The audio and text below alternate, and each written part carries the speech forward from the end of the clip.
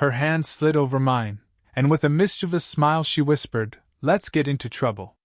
In that moment, nothing else mattered, and everything changed. The apartment building wasn't much to look at from the outside: slightly worn brick, paint chipped near the corners, the faint hum of city life always in the background. Yet, for me, it had a certain quiet charm. I'd lived here for a few months now, mostly unnoticed, my life moving in steady routines: work, dinner, the occasional late-night walk. That was until her presence began to color the space around me. She was the landlord's daughter, though I hadn't known her for long. Something about her made the apartment feel different, as if the air itself had softened whenever she appeared. She moved with that rare, effortless grace that only comes with years of self-assurance. Not flashy, not loud, just an elegant ease, like she belonged in the world, quietly commanding it. And yet, in the way she smiled, there was a trace of vulnerability that made her approachable, human. I first noticed her on a Tuesday evening. I was coming back from the corner store, the smell of rain-soaked asphalt in the air, when she passed me in the hallway. She carried herself with a light confidence, her posture straight yet relaxed, and as she turned the corner, our hands brushed. Not in a fleeting, accidental way. Her fingers lingered lightly over mine for just a heartbeat longer than necessary. It wasn't forward, but it was deliberate enough to send a curious thrill through me. She looked back over her shoulder and caught my gaze. Her eyes, a shade of green the first couldn't quite name, held a sparkle, part amusement, part challenge, and something else I couldn't define. The moment stretched just long enough for my heart to skip, before she continued down the hall, leaving a faint trace of her perfume behind. It wasn't overpowering, just a soft mix of vanilla and something floral, delicate enough that I caught myself inhaling subtly, hoping it would linger. The rest of the evening, I couldn't shake her presence. I found myself imagining casual encounters in the hallway, where words might stumble out and awkward smiles would linger. She had a way of existing in small spaces and making them feel significant. Even when she wasn't around, her influence was there. The echo of her laugh from upstairs, the gentle shift of curtains as she moved, the way sunlight caught the strands of her hair in passing. I began noticing the little details: how her hands moved when she talked on the phone, the tilt of her head when she laughed, the way she paused just slightly at doorways as if savoring the moment before stepping through. Each small observation built an unspoken tension, a curiosity that demanded attention. There was an innocence to it, yes, but also a quiet awareness, an understanding that even the smallest gestures could carry weight. Living in that building was supposed to be routine. Instead, her presence transformed it into something alive, something tenderly suspenseful. Each encounter was a spark, fleeting yet potent, and every glance or brush of skin against mine left me acutely aware of both the distance and the connection between us. And in that slow, measured way, the stage was set. Not with drama, not with grand gestures, but with the quiet promise that life could tilt ever so slightly when someone unexpected chose to touch your world. It was a Saturday afternoon when the moment finally happened, the one that made me realize she had a way of turning ordinary days into something fragile and electric. I had been fumbling with a leaky faucet in my apartment, the steady drip of water echoing in the otherwise quiet space. I heard her footsteps above me, light, deliberate, the soft rhythm somehow setting a new tempo for my heartbeat. "Need a hand?" she asked, her voice carrying a warmth that made even the mundane faucet feel significant. She leaned over the doorway, hair falling just slightly over one shoulder, and for a brief second, I was struck by how effortless she made the world look. There was a casual elegance in the tilt of her head, a slight curve to her smile, like she knew exactly what effect she had. I stepped aside, gesturing toward the faucet. As she crouched down beside me, her shoulder brushed mine lightly. The contact was brief, but the warmth radiated through me in an unexpected way, leaving my skin tingling long after she straightened up. Our eyes met, and in the brief pause, a silent conversation seemed to take place: curiosity, amusement, and a trace of something unspoken that neither of us dared to name. "Guess I'm not much help," I murmured, feeling the tension in my chest ease slightly, even as my awareness of her presence deepened. She laughed softly, the sound light and inviting, like the gentle ripple of water over stones. Her hand, brushing over mine to steady herself as she reached for a wrench, lingered just long enough to leave a spark behind. That small, deliberate touch, nothing overt, nothing forward, made my pulse quicken in a way that was both thrilling and unnerving. We worked together in silence for a moment, and I became acutely aware of the little details. The warmth radiating from her hand, the faint scent of her perfume mingling with the smell of damp metal, the softness of her laugh when I made a clumsy comment about the faucet. Every small gesture seemed to carry a subtle tension, an intimacy that didn't need words to be felt.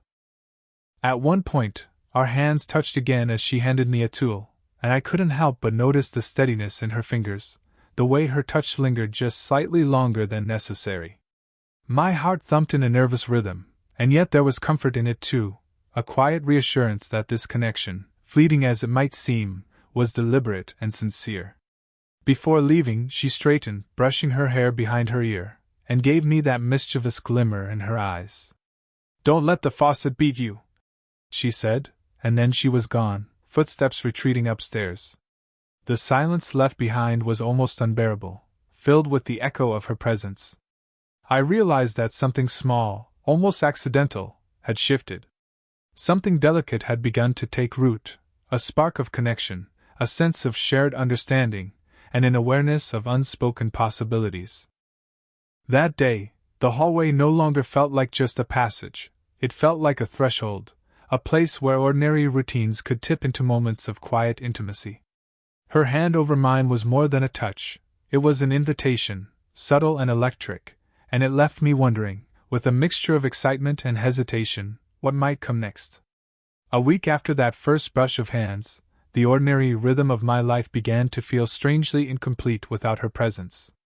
Then came the day she decided to pull me into something mischievous, harmless, yet thrilling enough to make my pulse race.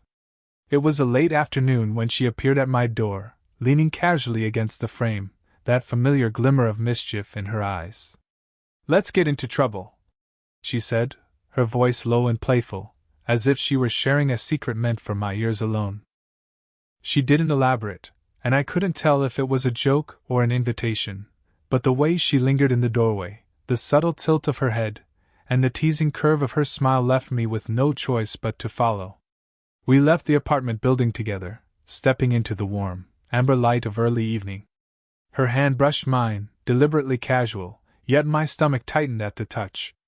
There was a thrill in the simplicity of it, the fact that our fingers occasionally pressed together, or slid lightly against one another, made the ordinary streets feel like a stage for something extraordinary. She led me down narrow alleys and past empty storefronts, her laughter carrying softly over the hum of distant traffic. At one point, we found ourselves near an old, closed cafe, the door slightly ajar. "Want to see what's inside?" she whispered, the spark in her eyes daring me to say yes. I hesitated, conscious of the absurdity and yet utterly captivated by her fearlessness. As we stepped inside, the air was cool and smelled faintly of old wood and dust. She brushed past me to reach a stack of chairs, and in doing so, her hand grazed mine again. That fleeting, accidental, or maybe intentional, contact sent a jolt through me, a mix of exhilaration and something unnameable that left my thoughts scattered. Her eyes met mine, teasing, daring, and in that glance, I felt a silent acknowledgement of the tension between us. We explored the small, abandoned space together, finding humor in the dust motes, floating in the golden light, in the way old chairs creaked under our weight, and in whispered jokes meant only for each other. Every touch, every glance, felt magnified, her hand brushing against mine as she steadied herself, my shoulder occasionally brushing hers as we crouched to look at something on the floor. It was intimate without being overt, playful yet charged, a slow dance of proximity and subtle awareness. When we finally left, the city streets felt warmer, smaller, somehow ours.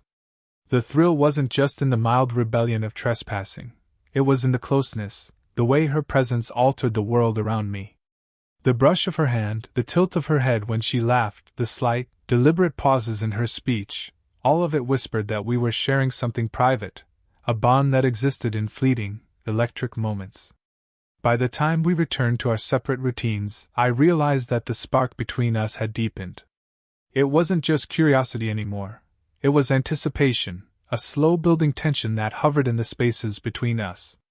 Every glance, every brush of skin, became a promise, subtle, unspoken, yet impossible to ignore.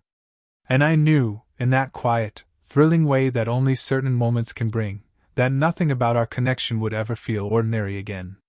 After that afternoon of quiet rebellion, a sense of unspoken connection lingered between us. The playful spark had evolved into something subtler yet more profound, a shared understanding that neither of us had tried to define, but both of us felt acutely. It wasn't long before the story of us shifted from mischievous laughter to a softer, quieter intimacy. It began one evening when we found ourselves alone on the small balcony of my apartment. The city stretched before us, a sprawling tangle of lights and distant hums, but in that moment, everything beyond the railing seemed to fade. She leaned lightly against the metal frame, the warmth of her body brushing just slightly against mine. There was a comfortable weight in her presence, a calm steadiness that contrasted with the rush of excitement that had marked our earlier encounters. For a while, we simply watched the world, letting silence fill the space.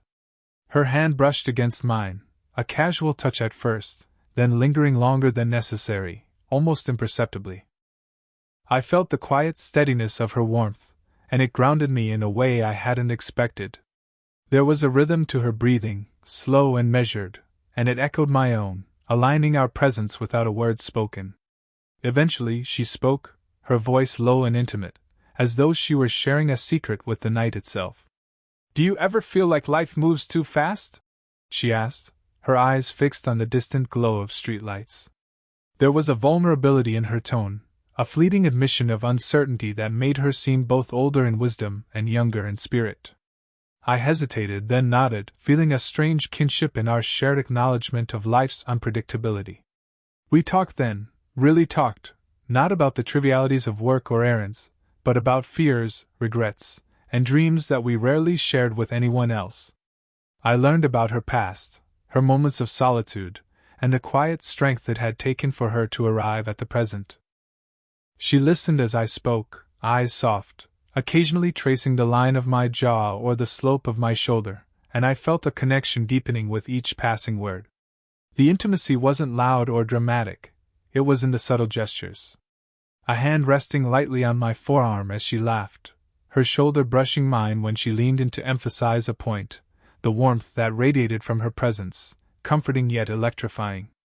Each movement carried meaning, a dialogue of small touches and silent acknowledgments that neither of us needed to define aloud. By the time we moved back inside, the night had settled around us, and the city's hum had softened to a distant murmur. There was no rush, no urgent declarations, only a quiet closeness, a tender pause that made every previous brush of skin, every playful spark, feel like it had led to this moment. The balcony wasn't just a space anymore, it had become a bridge between two hearts, a place where vulnerability could be shared, and connection could deepen without words, without expectation. In that delicate, unhurried intimacy, I realized that what we were building went far beyond playful tension. It was trust, curiosity, and an emotional closeness that lingered like a soft pulse in the chest, subtle, profound, and impossible to ignore. As the weeks passed, our closeness grew, but with it came an unspoken tension, a hesitancy rooted in reality, a quiet barrier neither of us wanted to acknowledge out loud. The playful touches and shared laughter were still there, but they now carried an added weight. Every glance, every brush of fingers, seemed to remind us of the age difference, of the subtle complexities that hovered just beyond the surface. It was a rainy evening when it first became undeniable.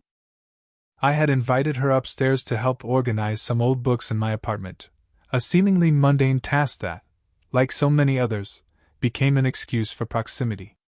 She moved with ease, carrying a stack of books to the couch, her fingers brushing mine more than once in the narrow space between us.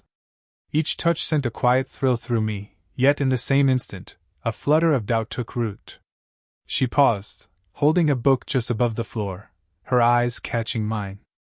"Do you ever think people would misunderstand?" she asked softly, almost as if speaking the thought aloud would make it real. The vulnerability in her voice struck me harder than I expected. I hesitated, caught between the pull of desire and the weight of caution. The age difference, the social implications, the quiet voice of reason all collided with the pulse of something undeniable. I wanted to reach for her hand, to bridge the gap that had suddenly felt both thrilling and precarious. But I froze, my fingers brushing against the spine of a book instead, seeking an excuse to occupy the tension that had taken hold. She moved closer, her shoulder nudging mine, a subtle yet intimate gesture. I felt the warmth radiating from her body, the softness of her presence, but alongside it came the awareness that this closeness carried a fragility we hadn't yet defined. We lingered in the small silence that followed, a delicate standoff of sorts. Her eyes met mine again, searching, questioning, and in that gaze I saw the reflection of my own uncertainty. It wasn't the lack of feeling, far from it, but a hesitation born from respect, from awareness of the unspoken rules that surrounded us. The playful mischief of our previous encounters had given way to something deeper, more complex, and with it came the fear of misstep. Yet even amid the hesitation, there were moments that broke through the doubt. When she adjusted a cushion on the couch, and her hand lingered near mine, the brush of skin sent a quiet jolt through me. When she leaned just slightly closer to reach a shelf, the warmth of her proximity made my chest tighten with longing. The tension was no longer just playful. It was layered, delicate, and full of possibility, as if the universe had suspended a question between us, waiting to see who would act first. By the time she left that evening, the rain had softened, leaving the city washed clean and glimmering under streetlights. I remained by the window, her laughter still echoing in my mind, and felt the dual weight of desire and caution pressing against my chest. The conflict wasn't about love, or attraction, or connection. It was about timing, perception, and the quiet understanding that some things, no matter how powerful, require patience and careful navigation. In that hesitation, I realized that the slow burn of our connection wasn't weakening, it was growing, deepening, demanding attention and respect, and promising that when the barriers fell, it would be more meaningful than either of us had yet imagined. The hesitation that had lingered between us finally began to dissolve one late evening, when the city outside had quieted and the world felt suspended in a soft, amber glow. I had been sitting on the balcony, nursing a cup of tea, when she appeared, carrying her own mug and settling beside me. There was no preamble, no playful challenge, just the ease of two people who had grown accustomed to each other's presence, and yet the air between us was charged with unspoken questions. She handed me her mug, our fingers brushing ever so lightly in the exchange.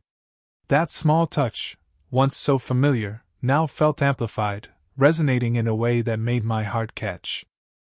We sipped in silence for a few moments, the gentle rhythm of the city below our only accompaniment.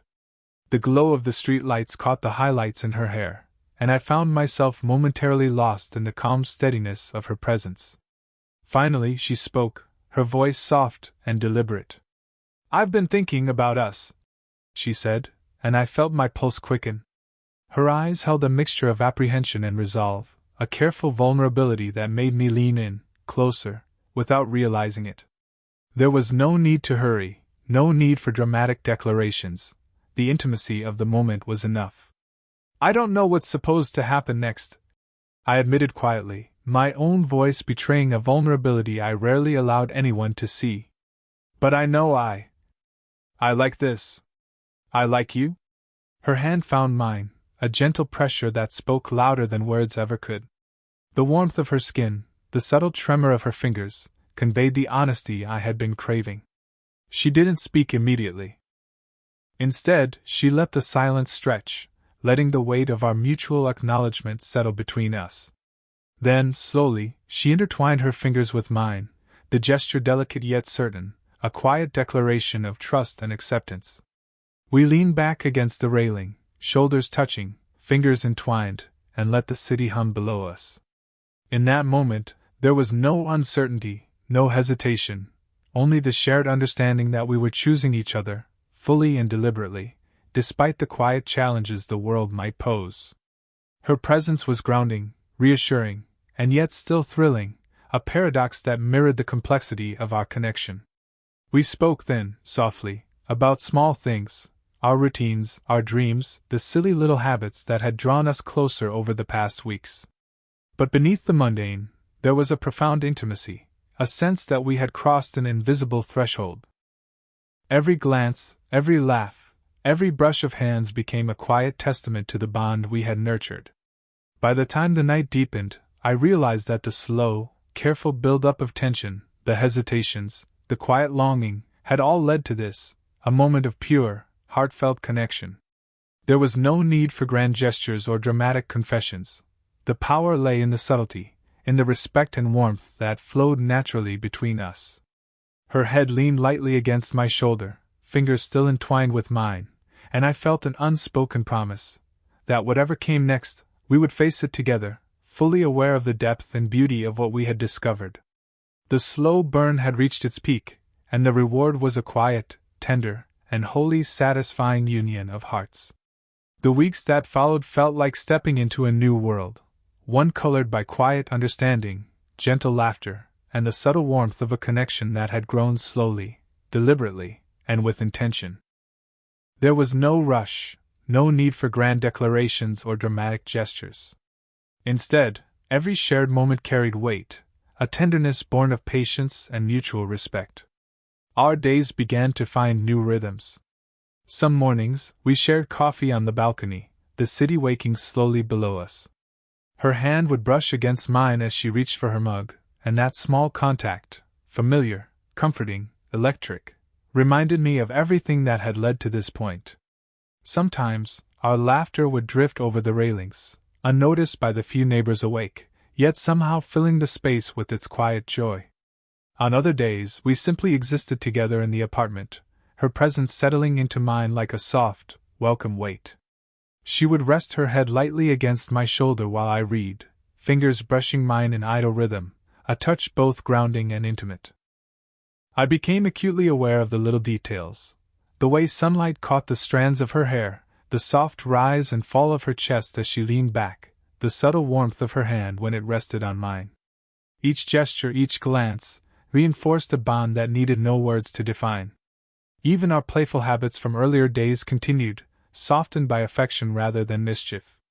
She would nudge me when I teased her about trivial things, her fingers pressing gently into mine, her laughter a sound I could feel in my chest.